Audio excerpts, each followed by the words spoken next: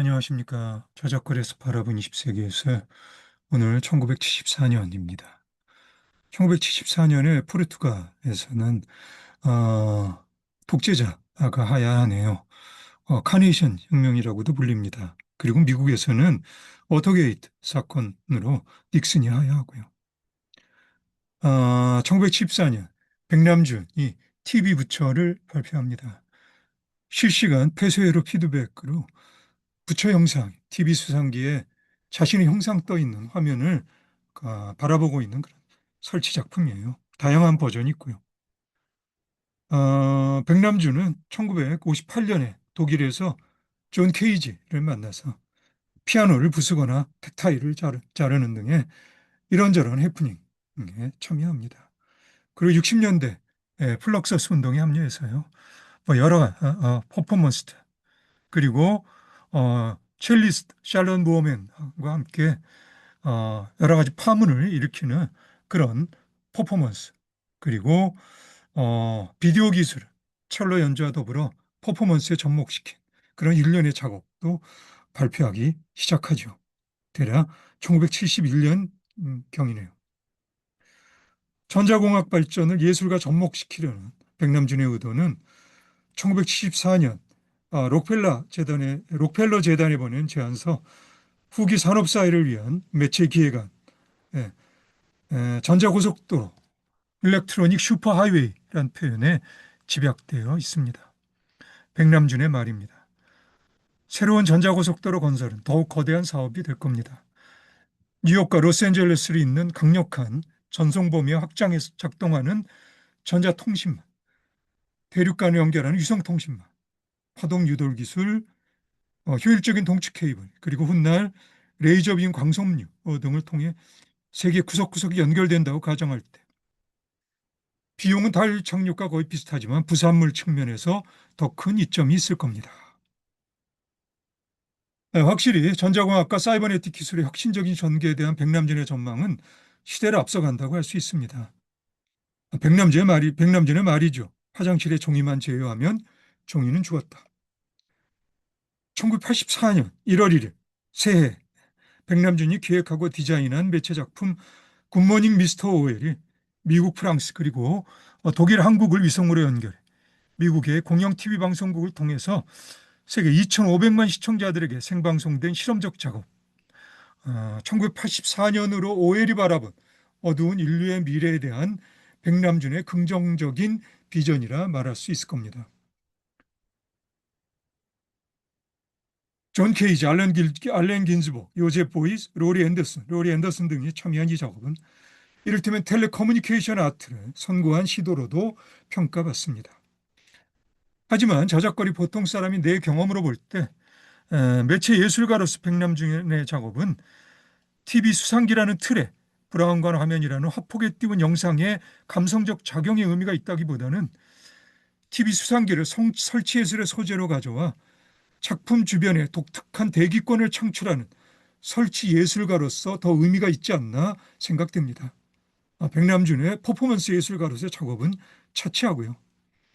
가령 TV 수상기 12개로 달이 차고 기우는 형상들을 모아놓은 다른 가장 오래된 아니면 TV 정원 아니면 개천절을 의미하는 1,003개의 TV 수상기로 이루어진 1988년 작품 다다익선, 1960년 작품 전자고속도로, 일렉트로닉 슈퍼하이웨이 등은 내 생각에 훌륭한 설치예술 작품들입니다.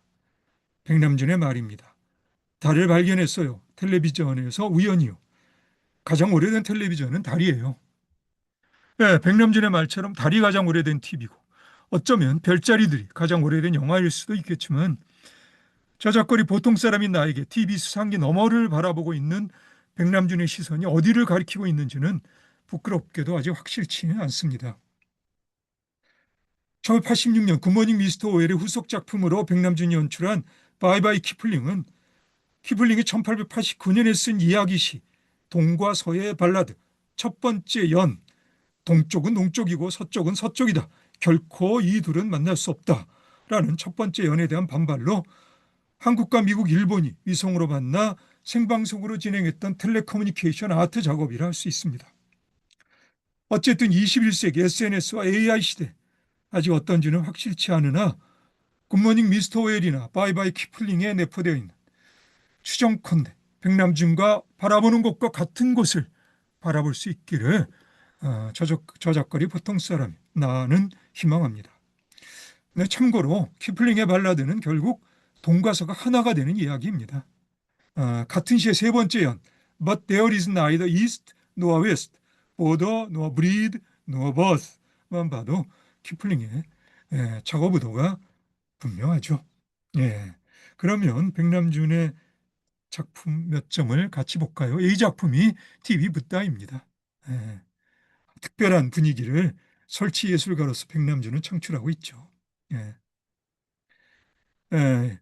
그리고 이 작품이 샬롯 무어맨하고 같이 예, 예, 작업한 퍼포먼스 작업입니다. 그리고 TV 수상기를 적극적으로 매체로서 활용하고 있습니다.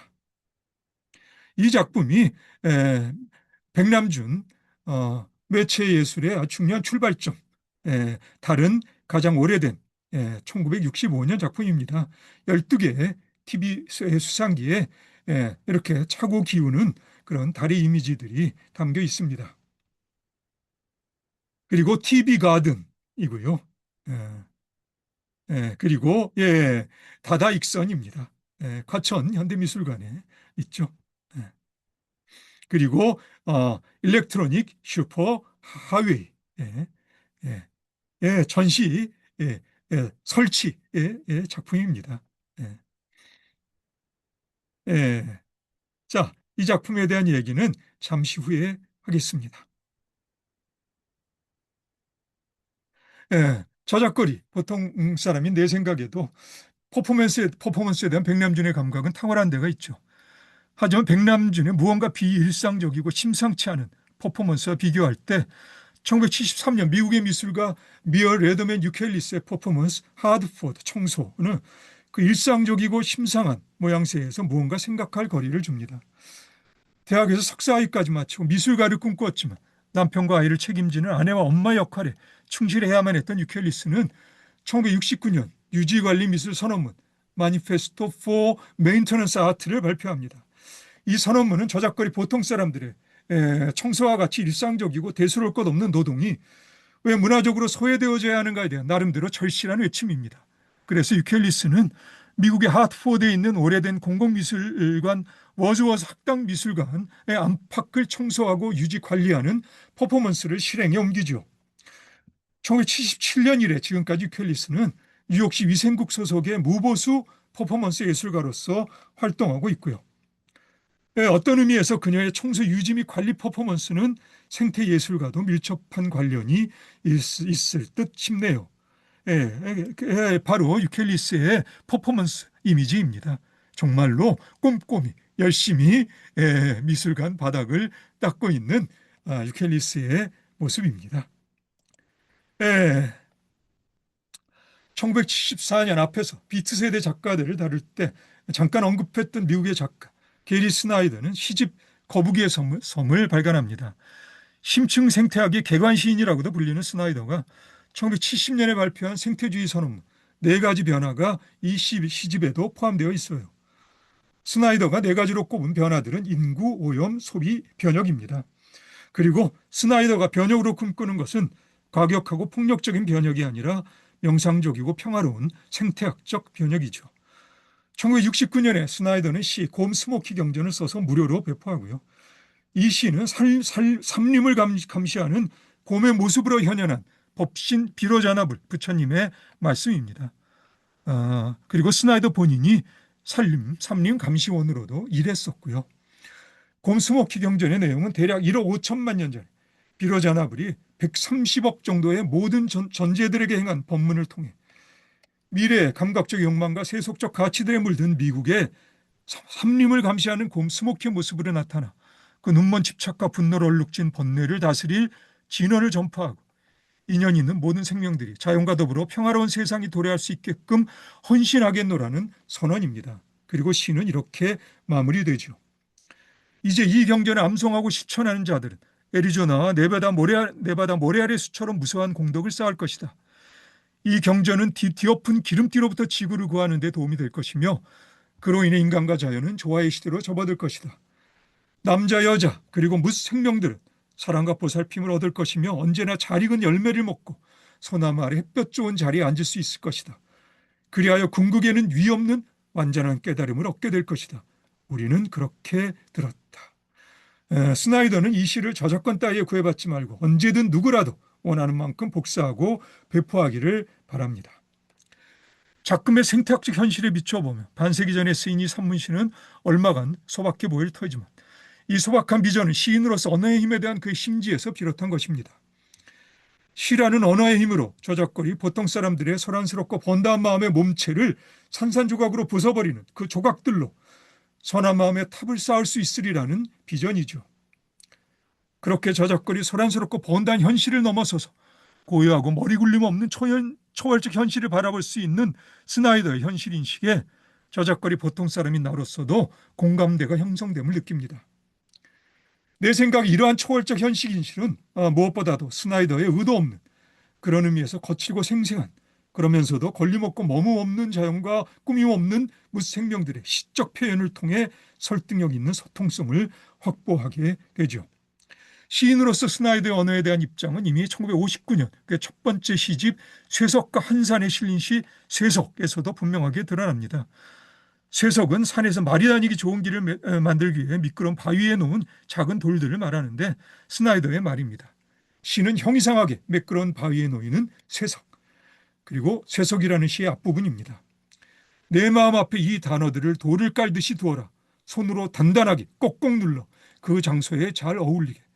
공간과 시간 안에 있는 마음의 몸체 앞에 나무 껍질, 잎 혹은 벽의 구체적이고 견고함, 삼라만상의 쇠석. 1974년에 발간된 스나이더의 시집 거북이의 섬은 1975년 퓰리처상을 수상하고요. 60여 편의 시와 5편의 산문을 포함해 4부로 구성된 시집. 제목 거북이의 섬은 아메리카 서부 지역의 원주민들이 지금의 북미 대륙을 가리키던 말이라 합니다.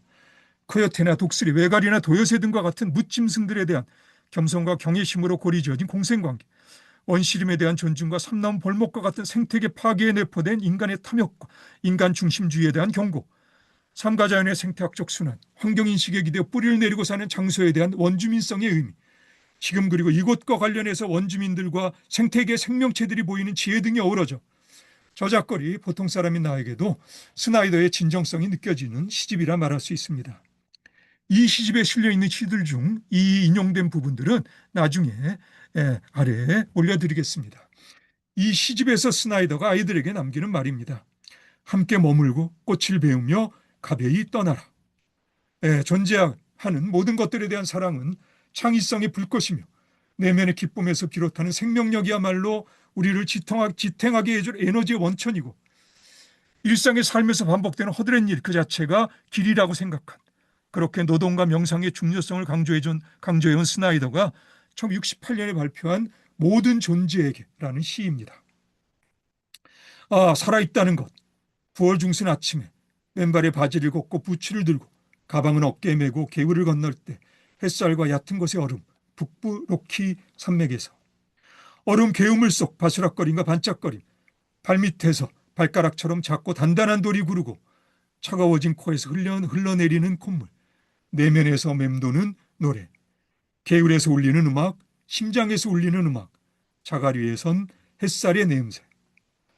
나는 모든 존재에게 헌신을 맹세하네. 나는 거북이의 섬 그 땅에 그곳에 존재하는 모든 존재들에게 헌신을 맹세하네. 태양 아래 하나이면서도 다양한 생태계의 주인인 우리 모두를 위한 기쁨의 인연으로 서로 물들어 가며. 좋은 시입니다. 그리고 게리 스나이더는 좋은 시인이죠. 살아있다는 것. 9월 중순 아침에 맨발에 바지를 걷고 부츠를 들고 가방은 어깨에 메고 개울을 건널 때 햇살과 얕은 곳의 얼음, 북부 로키 산맥에서. 그럼 오늘은 여기까지 할까요?